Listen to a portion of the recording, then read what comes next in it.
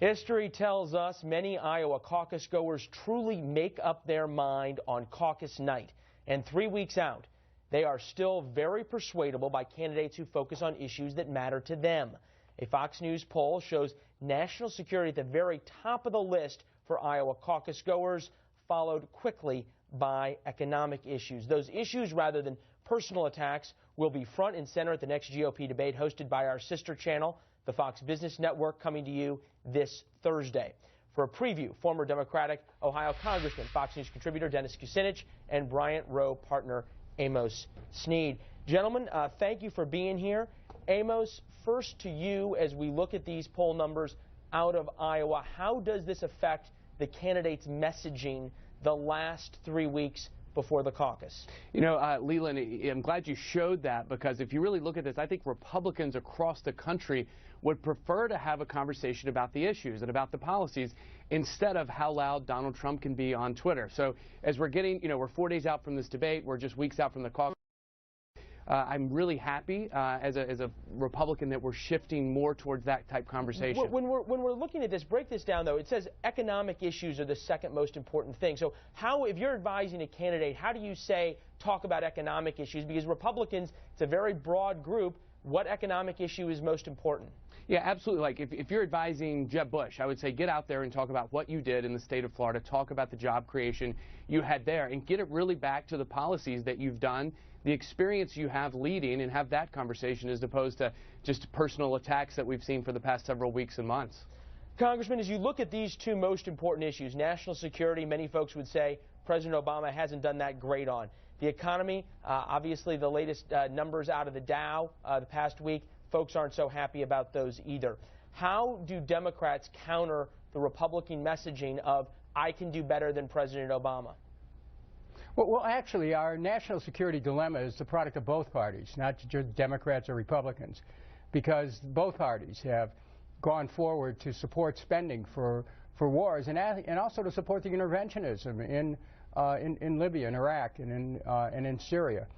So, there's, I think the debate there between the parties is kind of a wash. On the economy, however, President Obama's policies from the beginning, when he took over right after the George Bush and the Wall Street collapse, have slowly moved America back on an economic track.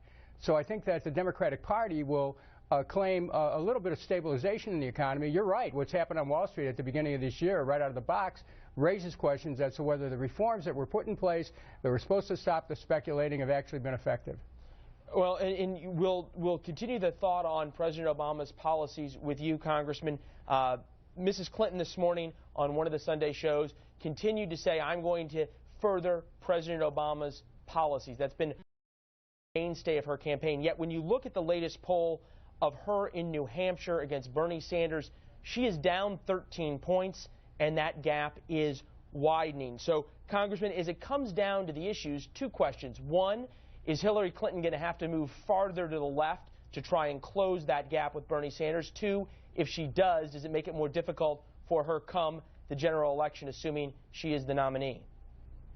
Bernie Sanders in Vermont has had a close relationship with the voters of New Hampshire for many years. So I think he not only has an advantage, I think that it would be shocking if Bernie Sanders did not win Vermont. The question is whether or not Hillary Clinton is able to make a case on the economic issues that she would be able to exceed what a Sanders administration would do, and that is to tame the rapaciousness of Wall Street, to be able to work to get Americans back on the job market with better wages. I mean, that's really what the debate's going to come down to, and it is going to be a debate on the issues. On the Democratic side, it's not going to be about personalities. People are looking for results, and right. Both of the candidates are solid, but I think when you're looking at New Hampshire, Sanders definitely has the advantage. It'll be interesting how the very practical voters who come to the caucuses in Iowa are going to assess the candidates, because that could be, in the presidential race, a pivotal election.